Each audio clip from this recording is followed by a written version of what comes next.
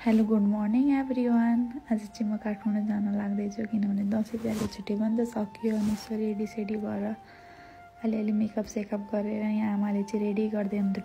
टिका मुसेर नातिनीहरूलाई लगाइदिन दुखी हुँदैन त नातिनीहरू 1 महिना बसेर गए मलाई सुन्ने बनाएर भन्दै सो टिका लाएर अनि मलाई भाइले चाहिँ जिस्काइरहेछ बाई गर्दै सबजनाले बाई साई भनेर अनि हामी सिटीतर्फ लाग्यौँ।